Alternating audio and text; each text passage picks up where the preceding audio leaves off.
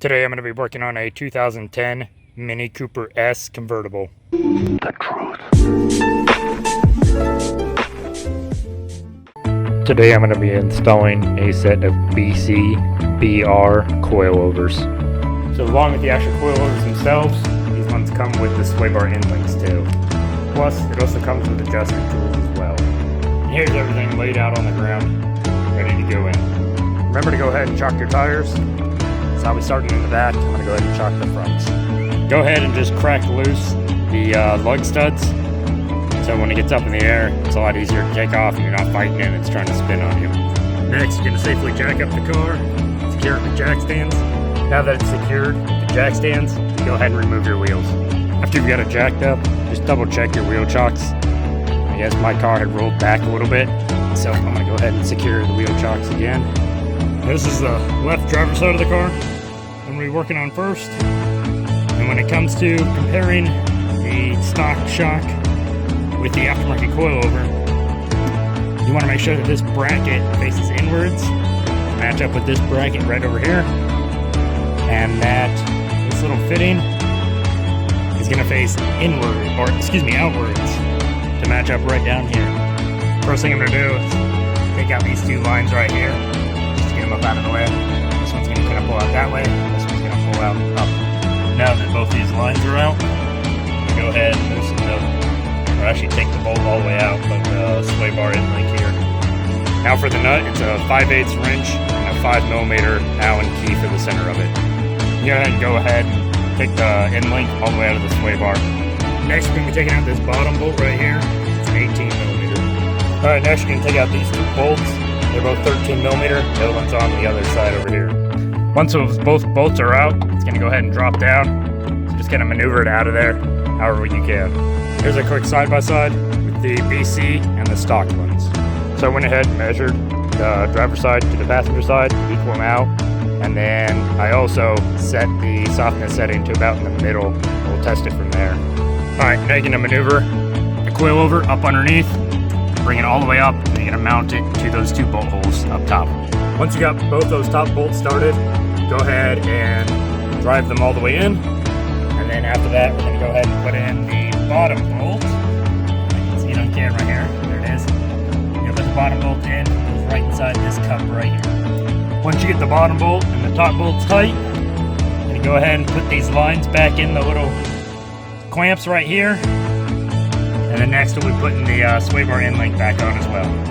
After you get your sway bar end link back on, it's time to go ahead and put your wheel back on. Once your wheel's back on, go ahead and safely lower it back down on the ground, get it off the jack stands, and see how your new ride height is. Don't forget to remove your wheel chocks. This is currently the ride height we're going with. Might adjust it a little bit later on, see how the springs settle first. Next, we're moving on to doing the front coilovers. You're going to want to chalk the rears. Just like the rears, we're just going to crack these loose really quick, and then when we get it up off the ground, we'll take it all the way off. Once you get the front end safely on some jack stands, go ahead and remove your tires. Next, you're going to want to pop the hood. Go ahead and pull your little lever right here to release it. Alright, you're going to go ahead and put some penetrating fluid right down in here, just to start breaking that loose. Next, I'm going to go ahead and pull these little lines out. It's hard to do one-handed, but get that one and this one right here. So next, I'm going to take off the sway bar end link down here. It's a 5/8 wrench and the 5mm Allen key in the end of it. Once you got the end link out, you're going to go ahead and take out this nut right here. It is an 18mm. Alright, so what I did is I just pushed down on the brake rotor itself, and it freed up the bottom of the shock here. You're just going to push it all the way down. It's kind of hard to do one-handed. Once you get that out, go ahead and take the top bolts out. Check it right up here. These three.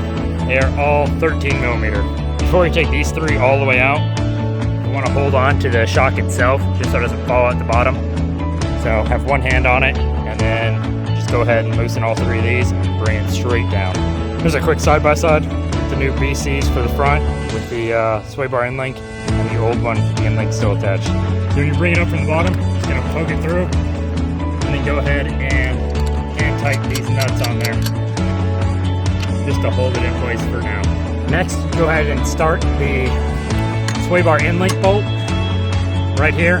And again, it's a 15, but with the BRs, It is a 17 millimeter for the nut. These are side specific, so make sure you put the front right on the front right and the front left on the front left.